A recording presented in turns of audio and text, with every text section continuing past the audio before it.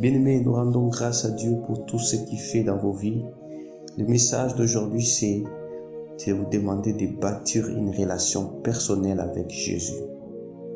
Nous parlons de Jésus, nous entendons parler de lui. Et des fois, nous prétendons le connaître, mais on ne le connaît pas. Comment est-ce que tu peux avancer dans ta vie, dans ta relation avec quelqu'un, si tu n'as pas confiance en lui? Comment peux-tu espérer les réponses de quelqu'un si tu ne lui fais pas confiance? Et cette confiance s'est construite comme une relation.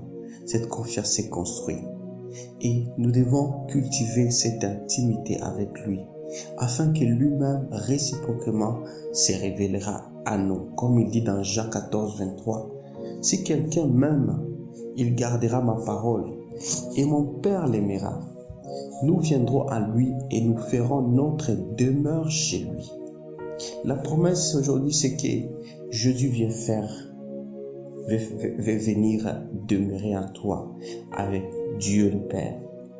Et il veut que tu puisses l'aimer, que tu puisses garder sa parole.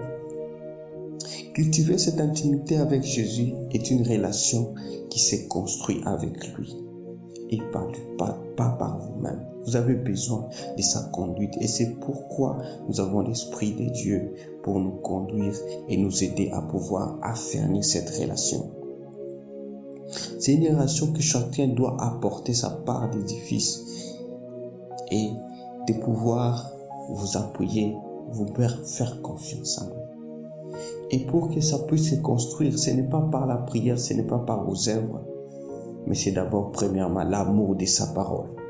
Comme dit dans Matthieu 7, 24, c'est pourquoi quiconque attend ces paroles que j'ai dit et les met en pratique sera semblable à un homme prudent qui a bâti sa maison sur le roc.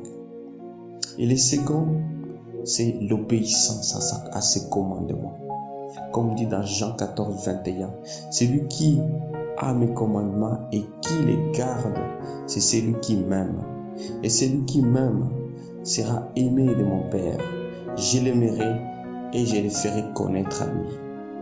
Bien-aimés, que ce message d'aujourd'hui puisse vous porter à rechercher l'intimité avec Christ, à bâtir votre vie, à bâtir une relation personnelle, pas une relation de l'église, pas une relation de prédication, mais une relation personnelle. Pour que tu vives Christ et lui vit en toi. Pour que lorsque tu parles de lui, tu lui parles personnellement.